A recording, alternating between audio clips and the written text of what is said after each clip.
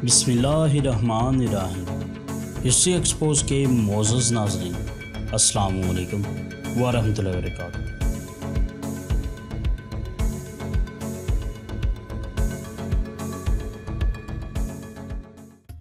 उस्मानी ख़ानदान आजकल कहाँ है और किस हाल में है, इस क्लिप में नाज़रीन हम आपको तफसील के साथ बताते हैं।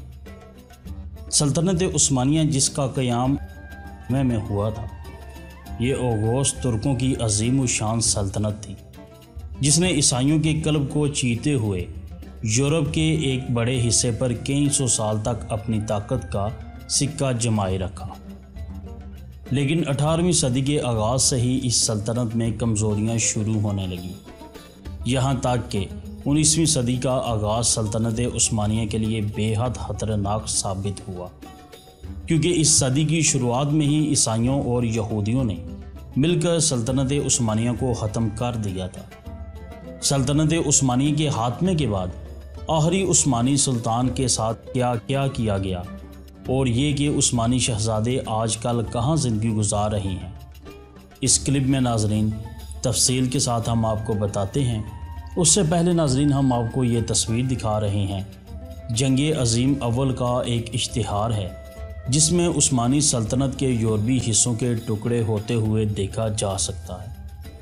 मज़ीद नाज़रीन जानने से पहले हमारी आपसे गुजारिश है कि अगर आप हमारे चैनल पे नए हैं और आपने हमारा चैनल हिस्ट्री एक्सपोज सब्सक्राइब नहीं किया तो कर लीजिए और बेल आइकन के बटन को भी ज़रूर प्रेस कीजिए, ताकि आपको हमारी आने वाली तमाम वीडियोस बआसानी मिलती रहें। और इस क्लिप को भी एंड तक देखिएगा ताकि नाज़रीन उस्मानी ख़ानदान आजकल कहाँ है ये आप तफसील से जान पाएँ और नाज़रीन अपने इल्म में इजाफ़ा कर पाएँ।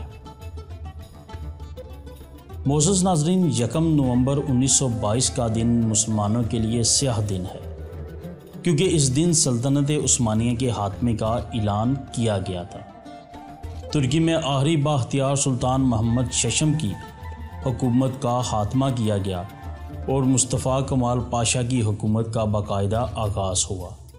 यहाँ सितम ज़रीफ़ी की ये बात है नाज़रीन कि वो तुर्की जहाँ उस्मानियों ने कमो पेश 600 साल तक हुकूमत की, वहाँ आखिरी सुल्तान को नापसंदीदा शख्सियत करार देकर इन्हें मुल्क बदर कर दिया गया। इस उस्मानी ख़ानदान के साथ क्या क्या किया गया इस तस्वीर में वाज़िया है। इस तस्वीर में सुल्तान वहीदुद्दीन ओहदे से हटाए जाने के बाद महल से वापस जा रहे हैं। मोअज़्ज़ज़ नाज़रीन, सुल्तान मोहम्मद 17 नवंबर को बरतानवी बहरी जहाज़ से माल्टा रवाना हो गए। इस सफ़र में इनके बेटे शहज़ादे अर्तुगरुल अफ़ंदी भी इनके साथ थे। सुल्तान मोहम्मद शेशम पहले माल्टा में रहे और बाद में वो इटली चले गए और इन्होंने अपनी ज़िंदगी के आखिरी अयाम वहीं गुजारे। यूँ 16 मई 1926 को आखिरी उस्मानी सुल्तान मोहम्मद शेशम का इटली में इंतकाल हो गया। आपको दमश्क में सुल्तान सलीम अव्वल मस्जिद के करीब सुपुर्दे खाक किया गया। सुल्तान मोहम्मद शेशम जब तक ज़िंदा रहे उस्मानी ख़ानदान के सरबराही के तौर पर रहे।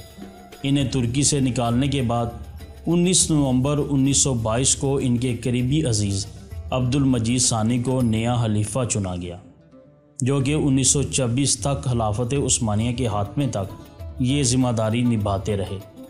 एक अंदाज़े के मुताबिक जला वतन होने वाले कुल उस्मानी ख़ानदान की तादाद 156 थी, जिनमें सुल्तान के साथ बहुत से शहज़ादे और शहज़ादियाँ भी शामिल थीं। इसके अलावा वो वफ़ादार नौकर भी थे जो उस्मानी ख़ानदान को छोड़ना नहीं चाहते थे। उस्मानी ख़ानदान ने जिला वतन होने के बाद मिस्र जाना चाहा, जो कभी इनकी सल्तनत हुआ करती, लेकिन नाज़रीन ना तो अंग्रेज़ हुकूमत ने इन्हें वहाँ जाने की इजाज़त दी और ना ही वहाँ के शाह ने इन्हें मिस्र आने की इजाज़त दी। फिर उस्मानी ख़ानदान ने शाम जाने का इरादा किया, लेकिन नाज़रीन शाम के दरवाज़े भी उस्मानियों के लिए बंद कर दिए गए। इसके बाद उस्मानी ख़ानदान के कुछ अफराद लबनान के शहर बेरूत में चले गए, जो कि इस वक्त हुकूमत फ़्रांस के ज़ेर तसल्लुत था। खलीफा अब्दुल मजीद फ़्रांस के शहर नाइस चले गए عثمانی شہزادے علی کی کوششوں سے ہی فرانس کی حکومت نے انہیں پاسپورٹ دیا۔ یہ وقت عثمانی خاندان کے لیے بہت نازک تھا کیونکہ ان کے پاس کوئی پیسہ نہ تھا۔ عثمانی خاندان کی جلا وطنی کے بعد خاندان کا سربراہ وہ شخص منتخب ہونا شروع ہوا جو پورے خاندان میں عمر کے لحاظ سے سب سے بڑا تھا۔ 1926 میں سلطان محمد ششم کی وفات کے بعد اس پر باقاعدہ عمل ہونا شروع ہوا اور آج تک اس پر عمل ہو رہا ہے۔ آج کل عثمانی خاندان کے سربراہ داندار علی عثمان ہیں۔ آپ 2017 میں خاندان آل عثمان کے 44ویں سربراہ کی وفات کے بعد مقرر ہوئے۔ آپ سلطان عبدالمجید ثانی کے پڑپوتے اور شہزادہ محمد سلیم کے بیٹے تھے۔ آپ آج کل دمشق شام میں قیام پذیر ہیں۔ 1900 میں خاندان عثمان کی عورتوں کو ترکی میں آنے کی اور وہاں رہنے کی اجازت مل گئی تھی۔ اس کے بعد 1974 میں عثمانی مردوں کو بھی ترکی میں رہنے کی اجازت دے دی گئی، لیکن ناظرین عثمانی خاندان کے مردوں نے ترکی سے باہر رہنا ہی پسند کیا۔ عثمانی خاندان کے مرد مختلف ملکوں میں رہ رہے ہیں جن میں امریکہ، بلغاریہ، ہنگری، فرانس، مصر، شام اور ترکی شامل ہیں۔ سلطان عبدالحمید دوئم کے پوتے عبدالحمید کائی خان ترکی میں عثمانی خاندان کی نمائندگی کرتے ہیں۔ آپ 1969 میں پیدا ہوئے اور ترکی میں رہائش پذیر ہیں۔ آپ ایک مذہبی شخصیت ہیں اور آپ کی شکل سلطان عبدالعزیز سے بے حد ملتی ہے۔ 2023 ناظرین آنے لگا ہے، دیکھتے ہیں کہ عثمانی خاندان کے ساتھ اب کیا ہوتا ہے۔ کیا سلطنت عثمانیہ دوبارہ سے بحال ہوگی؟ کیا یہ وہی عروج پکڑ پائے گی؟ ہم مسلمان ہونے کے ناطے سلطنت عثمانیہ کے لیے دعا گو ہیں۔